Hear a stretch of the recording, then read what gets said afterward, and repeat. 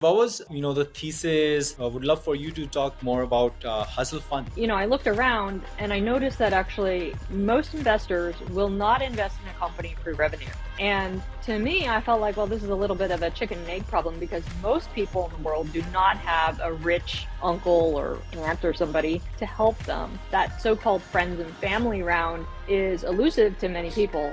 And so that's what we set out to build for Hustle Fund, which is, could we essentially be that rich uncle for some entrepreneurs globally, which I think is even more rare to find capital at the earliest stages for startups. Where do you see the world of venture capital going moving forward? So in the long run, I'm very optimistic. I think venture has not seen actually its next boom yet. I think the AI wave is just starting. An advice that you would give to emerging fund managers, someone who's looking to start a fund? All emerging fund managers can position themselves to be successful by thinking like an entrepreneur. The business is not about deploying money. The business is about those two things. How do you market yourself better? And how do you raise capital? And if those two things are not interesting, then I don't think you should be starting a business at all, any kind of business. We had Elizabeth Yen on the podcast. Elizabeth is the co-founder and general partner at Hustle Fund, a pre-seed venture capital firm that focuses on investing in hilariously early startups. Prior to Hustle Fund, she was a partner at 500 startups. During our conversation, we covered her journey into investing, founding story and thesis of Hustle Fund, difficulty of raising Hustle Fund, what every new fund manager gets wrong, the future of venture capital, portfolio construction, who is she outside of work, and much more. Now I bring you Elizabeth. Elizabeth, I am very, very excited to host you on the pod, and it's a long time coming, so I'm really looking forward to it. Thank you, Shiva. Thanks for having me here. And I really like the t-shirt. It says hustle here, Hustle representing Fund. it. Awesome. Cool. Maybe Elizabeth, a good starting point can be how did you get into the world of investing? And through that we can dive into the founding story of Hustle Fund. Well, I got into the world of investing actually through starting companies, and I didn't really know anything about investing, honestly, for many years. So I've been a founder for much of my career. The last product business that I started was an ad tech company. It was essentially an ad network for email and grew that over the course of many years, starting from the last recession in late 2008. Sold that company in 2014. It was a long journey of many ups and downs, mostly downs. I had no idea what I was doing in the beginning. I had many failed side projects in the beginning. I didn't know how to get customers. Just a lot of things that I've learned about building a business have come from just by doing and from learning from those experiences. So after I sold my company, I started writing a lot about all the mistakes that I had made. I started mentoring other startups. I started angel investing in friends' startups. And one thing led to the next. I just got more and more sucked in. Eventually, I ran the 500 Global Accelerator program for almost 3 years. And that really taught me a lot about working with companies and investing in companies. While I was there, I led about 200 deals. So it was really investing on steroids at that point. And also working with companies on steroids. And so I would say just from that high frequency volume of working with so many companies and investing in so many companies is how I ended up falling into venture and falling into investing in the first place. But that was never my path or intention when I set out. Mhm. Gotcha. And look, as you said, investing through 500 startup was really investing on steroids. You got a lot of learnings, and what was that inspiration of starting up of your own? Maybe you can talk about how did you meet your co-founder, and eventually you ended up building Hustle Fund. Yeah, I have two co-founders, Eric Bond and Xian Ko. Xian actually lives in Southeast Asia. She's originally from Singapore, spent about 20 years in the US, and then went back in the last few years. And certainly happy to chat about that and that journey. Eric and Xian, I've known um, really since my college days. Over 20 years ago, we met at Stanford, and we've throughout the years after graduation really commiserated around how hard it is to build a startup. Like Eric's startup, which was different from mine, was bootstrapped, but we sort of grew up at the same time as entrepreneurs. So we learned a lot from each other and also commiserated with each other. And that's how we all really got to know each other quite well. And then, so when it came time to deciding to build Hustle Fund, it was a no-brainer because a lot of trust had already been built there. And we had already collaborated together on a number of investments as well as even businesses in building side projects together. Hmm. Gotcha. And what was the thesis? How did would love for you to talk more about Hustle Fund. Yeah, so I think, when we started Hustle Fund, and one of the reasons we started Hustle Fund is that, I looked around and I noticed that actually there were a number of investors. Certainly, there's always more entrepreneurs than investors, but most of those investors actually didn't invest that early. A lot of investors claim to invest early. A lot of investors say that they're first check in, but when you actually dig into it, most investors will not invest in a company pre-revenue. There are very, very few VC firms who will go pre-revenue. And to me, I felt like, well, this is a little bit of a chicken and egg problem because most people in the world do not have a rich uncle or aunt or somebody to help them. That so-called friends and family round is elusive to many people. And so, but that's when you really need kind of that jump start of, some money, not a whole lot, but some money and maybe even some direction. At least that's how I felt as an entrepreneur. And so that's what we set out to build for Hustle Fund, which is, could we essentially be that rich uncle for, some entrepreneurs globally, not just locally in the San Francisco Bay Area, but also globally, which I think is even more rare to find capital at the earliest stages for startups. So that's why we started it. And I would say even today there are more pre-seed investors. When we got started, I would say there were fewer than a handful willing to invest at that stage. Now I might say globally at the pre-revenue stage, you might have certainly more angels, but as far as VC firms go, maybe it's two handfuls, three handfuls of VCs still. It's still a very small number relative to the number of pre-seed companies that get started every day. Mhm. Gotcha. And so you figured, okay, we want to differentiate ourselves by investing at, I think it's a tagline that you have hilariously or Yeah. hilarious startups, and which is again like a pure like someone can understand about Hustle Fund just by reading that tagline. And how was it in the beginning to really convince people around you to go in and even fund Hustle Fund? Yeah, it's funny because I think as a founder, I certainly thought fundraising was very hard. But as a VC, I would say it's even harder because when you think about it, every VC, regardless of what stage they're investing in, they all have the same product, and that product is money. Everybody has the same pitch. I'm raising money to invest money, right? And so, in that sense, being a VC is fairly commoditized, and how you differentiate yourself as a VC is actually quite challenging. I think we certainly spent a lot of cycles on our Fund One pitch deck. We spent we did probably about 20 iterations of our Fund One pitch deck. And, I think towards the end, we got it to be in much better shape than in the beginning. But to your question then, like, well, what is that pitch?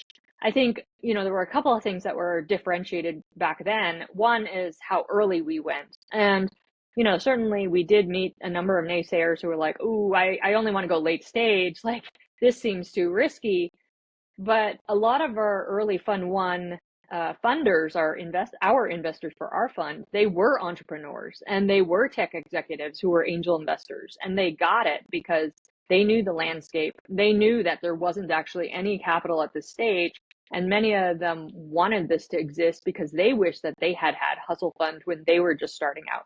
So that was kind of the driver for us, like in finding almost the right audience. I would say, you know, traditional financiers were less interested. It was primarily operators and tech executives and entrepreneurs who helped us pull together that Fund One. Gotcha. And Elizabeth, seems like, since you come in very, very early, check sizes are typically small, and you've raised three funds. I think first one was around 11-ish mil, second was around 33, third is around, I think, 46. Has your what's been your portfolio construction, and has it evolved over time? If so, why has it changed over time?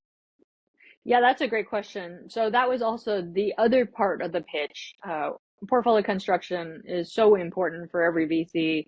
I would say that actually it matters almost more than other things like deal sourcing or whatnot. So, and that's a sort of contentious statement that most VCs wouldn't say. But portfolio construction, when you think about it, like, if you outsize in one company and have a small check in another, and let's say you only have two portfolio companies, and if you outsize in the wrong one, then that looks very different than if you flipped the amounts in those two companies and you outsource most of your fund in the right one, right? So that's a very extreme example, a Yeah. simplistic example of how portfolio construction can change your outcome entirely. So what did our portfolio construction look like in the beginning? Obviously, as we've upsized our funds, our check sizes have also changed and the number of portfolio companies has changed. So on our fund one, we had about 100 positions. It was technically 101, but let's say 100 for simplicity. And then in our current fund, our fund three, we're pacing at about 250 companies. And that was also how many companies we had in our fund two. So we upsized the number of positions in our funds, and then we also upsized the check sizes in our fund. So on our fund one, we initially started out with a $25,000 check, and then we reserved, about 80% of the fund for follow-on, and we would 10x our money about 20% of the time in our fund one companies. Um, Over time, we've maintained our analytics, and we think that is really important to continue to evolve the model and be analytical. And so we've ended up changing the proportions of our checks over the years as well.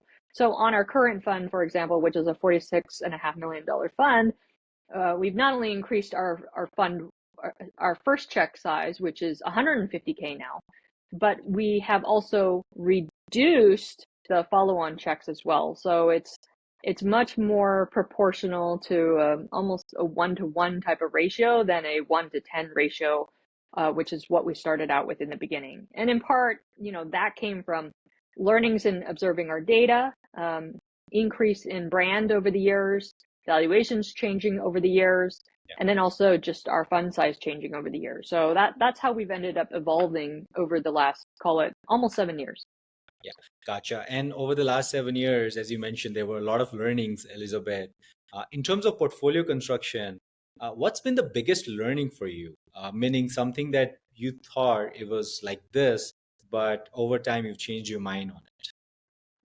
Yeah, I think for us at Hustle Fund, it's been in that ratio of, call it, the first and second check. So I think first off, we are still very much a one check shop.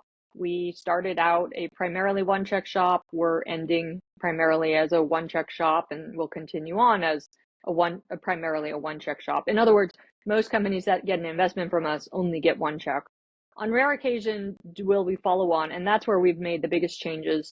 In our fund one, we were heavily skewed towards that follow on. But as we've looked at our analytics, we've noticed that actually I'm going to pat myself on the back, we're actually quite good at picking. And so we've upsized our initial check. And so we've reduced our follow-ons a lot. We've also set a much higher bar for follow-ons. And in part, some of this is driven by the market as well. We've noticed that follow-on valuations have really increased a lot over the last 7 years. When we started in this game, follow-on valuations were a lot lower than they are today. So, and I think that's driven by the fact that there are just many more investors at seed now. Still not that many at pre-seed, but many more at seed, which drives up those valuations. So we primarily have changed the sizing of our follow-on checks when we write follow-on checks. Mhm. Gotcha. And Elizabeth, talking about fundraising, you mentioned, you iterated your deck 20 times. So I'm sure there were a lot of learnings. And now you're on to Fund 3. What's been the biggest learnings for you that you figured over time? Yeah, I think the mechanics of running a fund, they're very different than the mechanics of running your own angel portfolio. I've done a lot of my own angel investing, and I don't do things like audits on my own investing. I don't do things like really keeping track of the markups that much with my own personal investing, because at the end of the day, for me, it's my money, and whatever ends up coming back comes back. Hopefully it's good, but the in the intermediary steps, like, it doesn't matter if I have a paper markup or not. But in running an institutional fund, you have to be much more buttoned up. So we have audits at Hustle Fund because our investors want to make sure that we're legit, and how you work with an auditor is something that we have evolved within Hustle Fund over the years in terms of our own operations. I'll give you a concrete example. We now start preparing for our audits many months in advance. Like, if our audits, for 2024 are due, like, let's say in March, then we actually start working on it in September of this year. Our audit season for us as a team is coming up soon. So that's an example of something that we've had to learn how to do that I didn't know how to do before. And, learning best practices, certainly from other fund managers, or even just by doing it, I think has been, big learnings. Also, finding great service providers makes a huge difference in a way that you wouldn't even think about that normally, because it has nothing to do with the actual investing of the money. Mhm. Gotcha.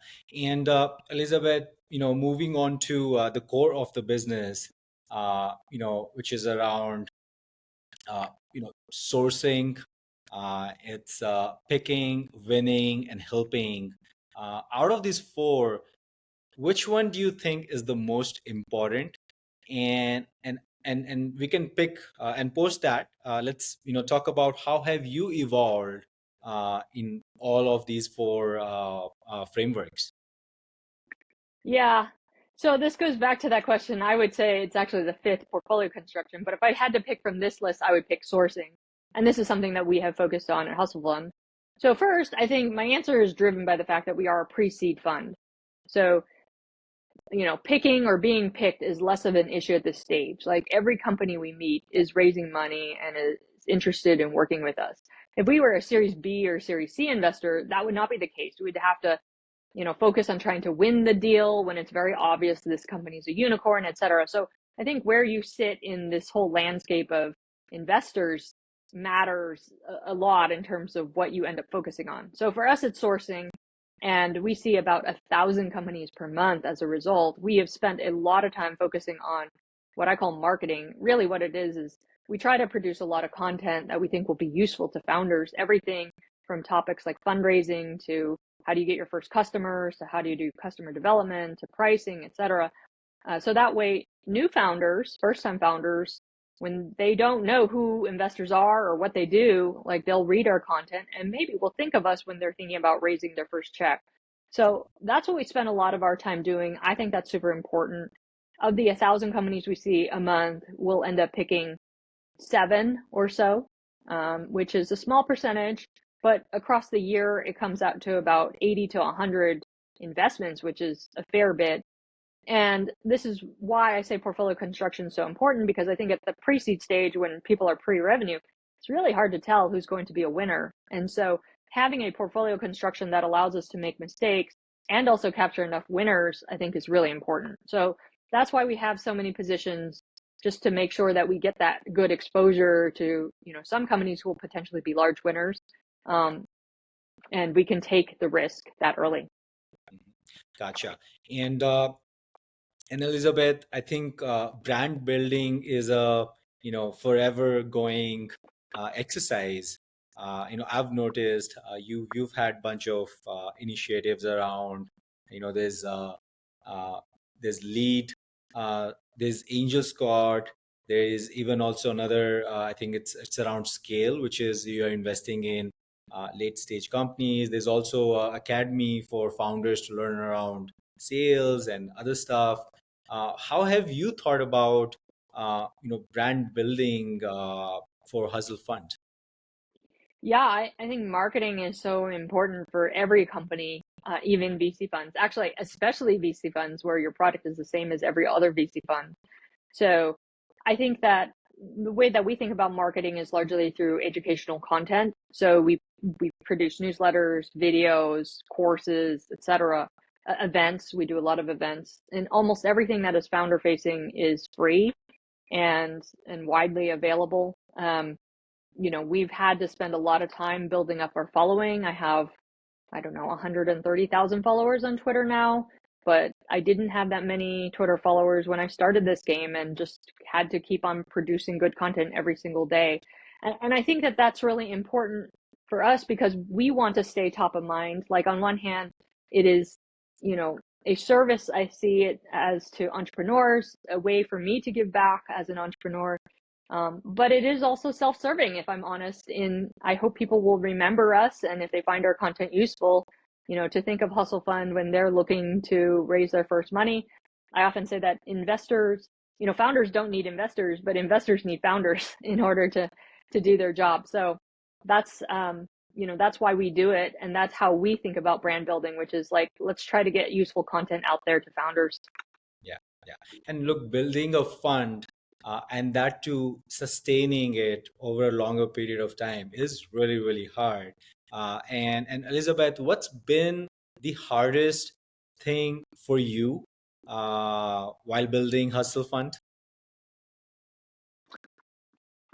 The hardest thing, I think it's just actually, like any other business owner trying to juggle a number of things. I think these days it's certainly a lot easier. We have about 35 people at Hustle Fund, but in the beginning, when it was actually just Eric and me, and we were trying to do everything, raise the fund, deploy the capital, write content, do all the operations, etc. That was really hard. Just like, you can only focus on one thing at a time. So what is the one thing I'm going to focus on today? And then what's the one thing I'm going to focus on tomorrow? I think that's really hard for any founder to do.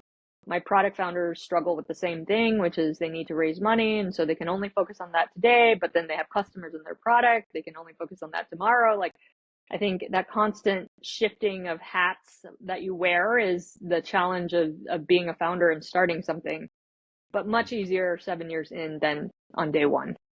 Yeah, gotcha. And given how the market is currently, Elizabeth, and things have changed over the last 2, 3 years.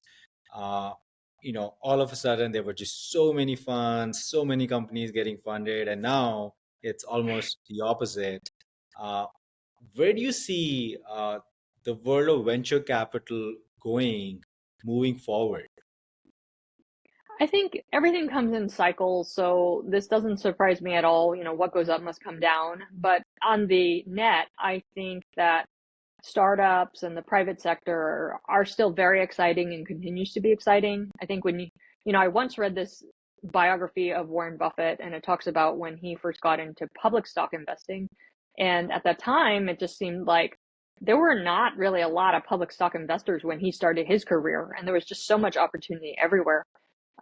Nowadays, I think you can make the same argument about the private sector. There are still not that many VCs, despite a lot of people kind of coming into the market. I think the private sector is very underfunded at all stages of the stack right now, and especially globally.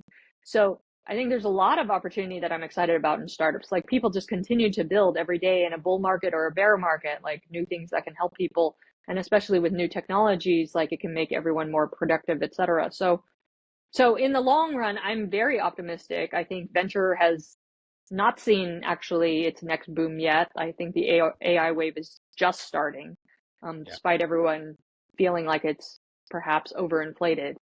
Um, and we're going to see a lot of changes in how people work and a lot of changes in how tech is. When I was a child, tech was limited to a small number of people who could set up servers in their closet and pay $5 million for it, and then also knew how to code and would learn from these books that you bought from Barnes and Nobles. These days, no one's buying books. Amazon Cloud Services will take care of everything for you. You don't need to know anything about setting up a server in a cloud. And I think the same argument will be made for a lot of developer tools as well. Like, I'm starting to see no-code engineers pop up left and right. We've hired a couple of them at Hustle Fund. Like, more and more will be done automagically by software that's already been built by other people or machines. Yeah. Gotcha.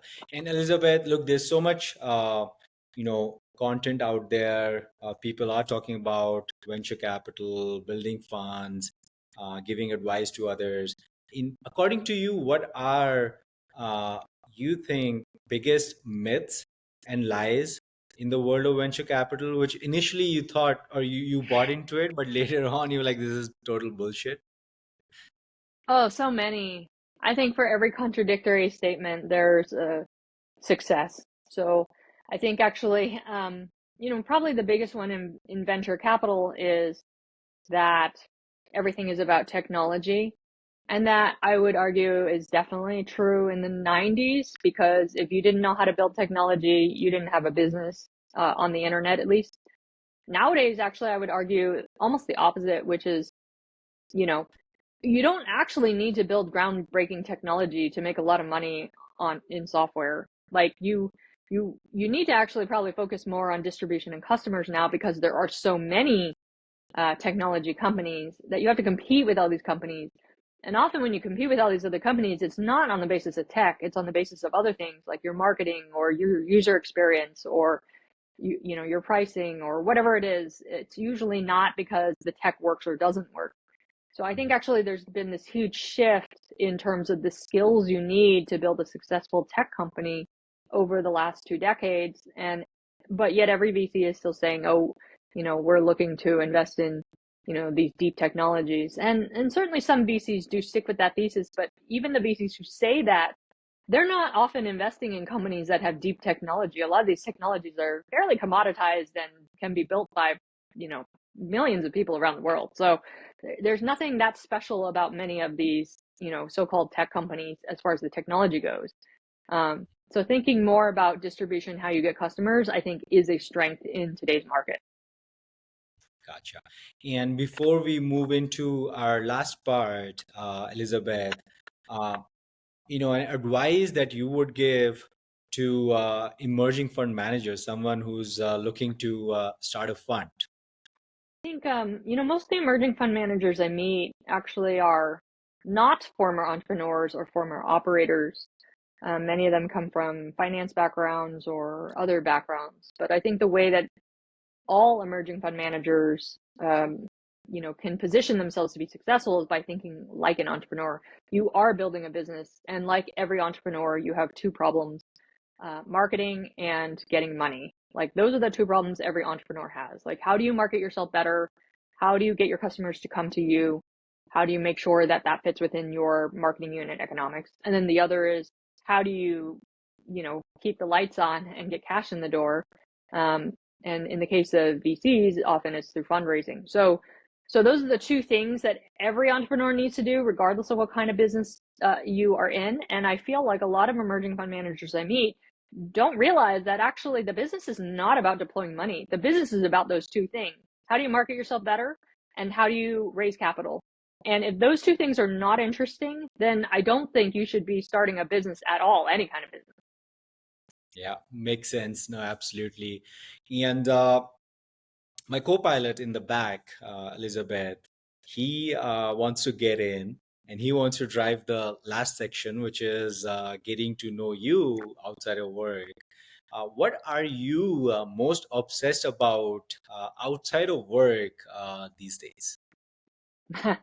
I'll give you two answers actually. So what is near and dear to me now, that's just fun, is I've gotten back into playing soccer or football. And I actually think the US is kind of going through a surge in popularity, maybe partly driven by Messi, maybe partly driven by other things like football, American football declining in popularity due to head injuries and other things.